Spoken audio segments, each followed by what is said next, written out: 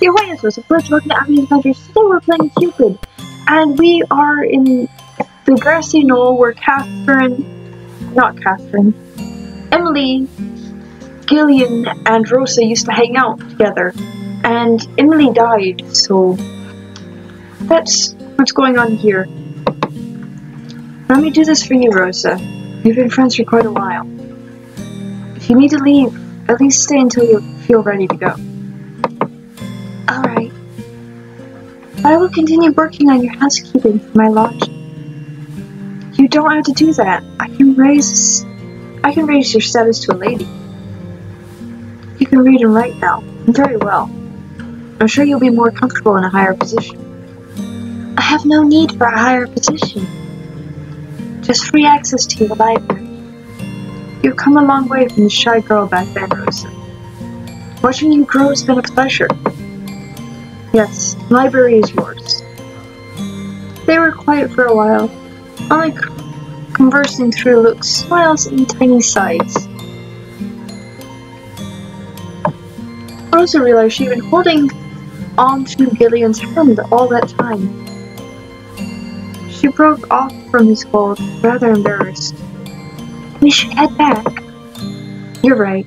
It's quite late.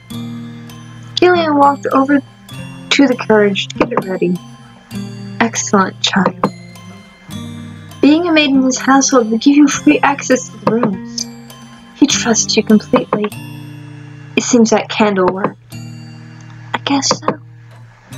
Rosa looked at the silver necklace in her hand.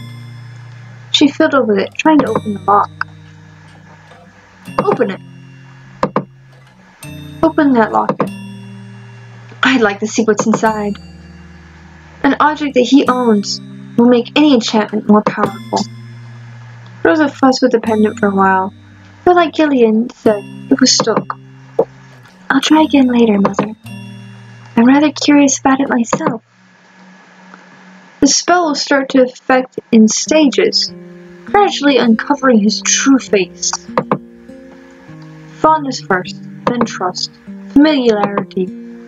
Rosa sighed. But was this spell necessary at all? Didn't she already have that with Gillian? Rosa bit her lip, remembering the warmth of his hand. They had known each other for a long time. It was rather comforting to have someone to mourn with. However, Rosa did find it strange that Gillian rarely even mentioned Catherine anymore. So it was Catherine that... I'm sorry, I messed up earlier in this video, I'm very sorry. It's as if shedding her off like skin. Again, the pain in her throat resurfaced. The memory of the needles made her stomach lurch. Since her friend had died, the Marquis had begun spending all his hours locked in his office. He barely showed himself socially. That went way too fast! Ah! But they were casting a powerful spell, something that might harm Gillian. What if he was, after all, innocent? She had years of good memories with him. What was she even expecting to find out? Exactly how could she live with the guilt of two dead friends? Rosa sighed. She cared for him. Despite all the suspicions, she knew that much. But Mother was adamant. 3 candles for 3 loves. Fitting curse for a man who frolics and loves the night. Storage, the love for familiars. Phila, the love for friends. And Eros, love for lust. Open his heart with storage. Unmask him with Phila. Strike him down with Eros. Yet Rosa kept a 4th candle. One she had named Agape. Unconditional love. She didn't know whether she would ever use it. Mother, of course, would object. But just in case Eros successfully struck Gillian, she wished to light Agape, at least give him peace before... Rosa walked towards Gillian, pang of anxiousness fighting her. Rise, my daughter. The work lies ahead. To bring him down, we must find his weakness, then we attack. Do it for Mother. Oh, creepy. I'm gonna name that video, Let's Do It for Mother. Chapter 4, Metamorphosis. The second candle is lit. Its name is Phila, the love for friends. The yellow candle shone and danced with her breath. Let this candle burn until the wick is spent. Encourage friendship, bring forth memories. Let me walk in the halls without any suspicion. Let me rummage through his belongings invisibly. His journal? He guards his journal fiercely. I must find it. Rosa adjusted her coat as she sat in one of the reserved seats. The theater was packed. The air buzzed with excitement. She hadn't realized this many people would come tonight. Mother, I wish they would stop staring at me. And why not? This is Madame Catherine Pride's first solo concerto. Her name has been slowly gathering recognition. In the past few years, it was feasible to expect a full house.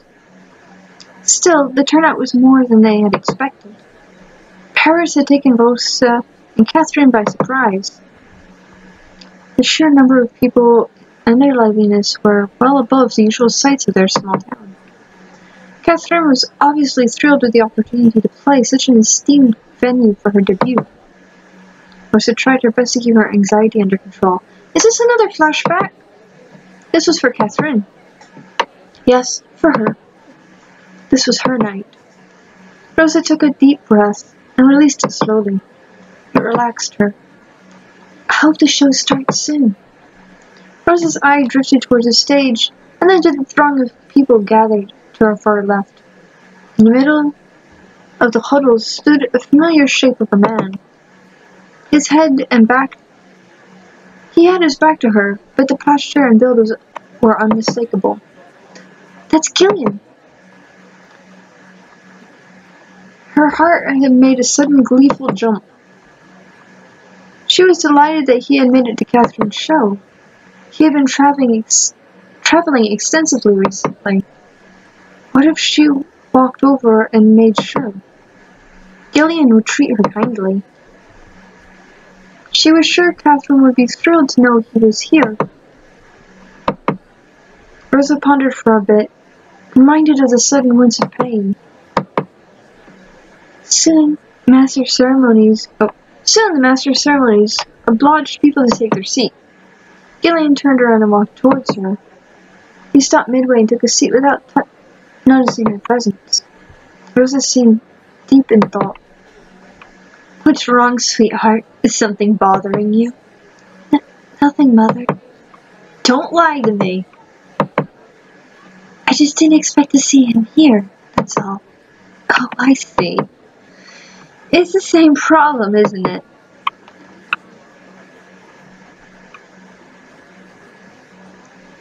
Does Gillian's presence... Oh, I don't know which one to say. Does Gillian's presence upset you? Of course, why focus on Catherine's performance when Gillian is just over there? Oh, go on. Why don't you approach him? Ask him about his travels, his work. Tell him about all the books you've read. And listen to him talk about Catherine as if the girl is worth gold. As usual.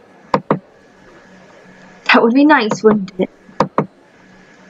Oh, are you making your life complicated, darling? Why do you even bother yourself with these people?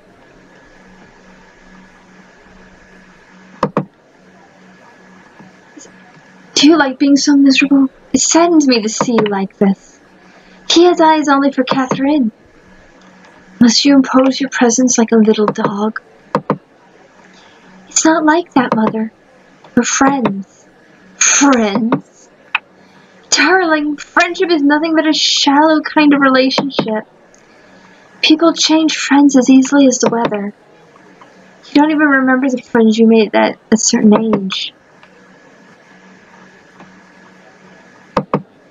Listen to Mother. Friendships do not last. You always love so much. You give all of yourself.